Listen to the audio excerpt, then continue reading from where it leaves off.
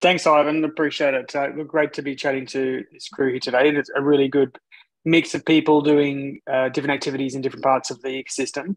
Definitely share a lot of similar journeys and purposes. And I hope, again, for those who may be feeling slightly less optimistic, that we finish this call a bit more optimistic. And there's work to be done, there's no doubt, but hopefully more optimistic. I do really love starting with acknowledgement of country. Certainly, if we think of the ambitions, living sustainably with our land for tens of thousands of years would be a pretty good ambition, considering what we've done over the last 200. So I'm going to jump into this and go through some content. Please jump in at any point. We've got a really good sized group here.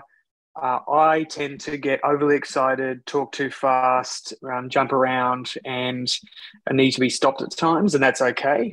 So please step in and ask any clarifying questions or anything you want to add to this, because I'm absolutely on just the start of my journey with all of this as well. So really appreciate some support there. So I just going to get this slideshow up and start going through this. Can everyone see that okay? Thumbs up? Yep. Okay, so climate technology in Australia. So I'm going to talk a bit about my journey, a bit about climate technology generally, and then talk about Australia, and then really want to finish with action. Want to finish with what can we do about this?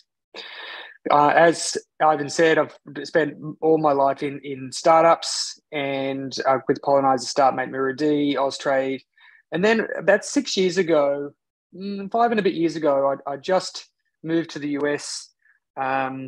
And my best friend in the world, who I'm still very close with, has been working in climate change 15 years. And he sent me a note that just said, it's time you got in the game.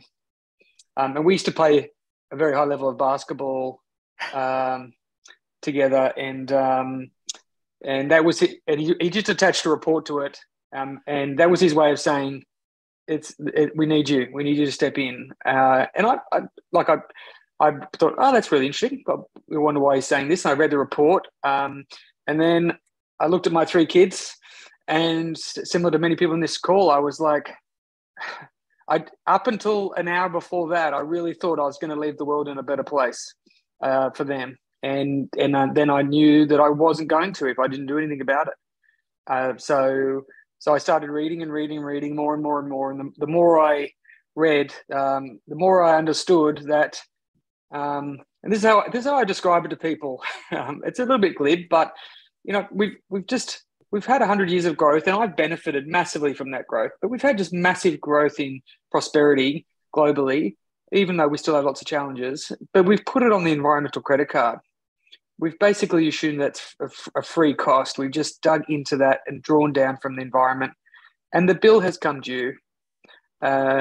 And that's a bit scary when you really look at the numbers of that. Like we consume more resources than the Earth can give back by April each year, and we spend the rest of the year taking from the account. And but if you think about it this way, that we've taken from the environment, what have we done with that? We've invested in collaboration, education, entrepreneurship, ingenuity, and if we can use those things in the right way, then we can pay down that debt.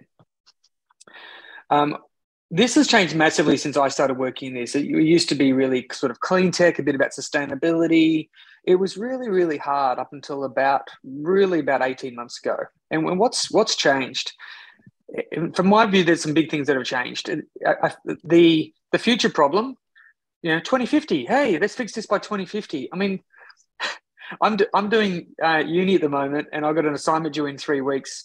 And you can cram at uni. You can do the whole assignment, but we cannot cram on this. We cannot wait to 2049 to cram on this. This is today's problem. And I think bushfires, floods, we had the most simultaneous heat waves in the world this Northern Hemisphere summer in the world. Simultaneous heat waves and droughts ever.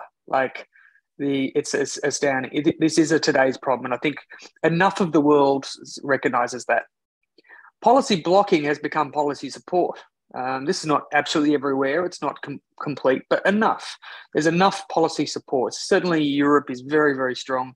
USA is following, and there's no way that people talk about, well, what if China and India don't do it? What's the point? It's like, absolutely, they are absolutely motivated to go positive on this, and Australia has to follow as well. In capital, money has to be used to solve here. We have to create sustainable businesses. A few years ago, I used to get redirected to the foundation of companies or the foundation of venture firms. They're like, it's environmental. You want to speak to our foundation? It's like, no, we're building a business.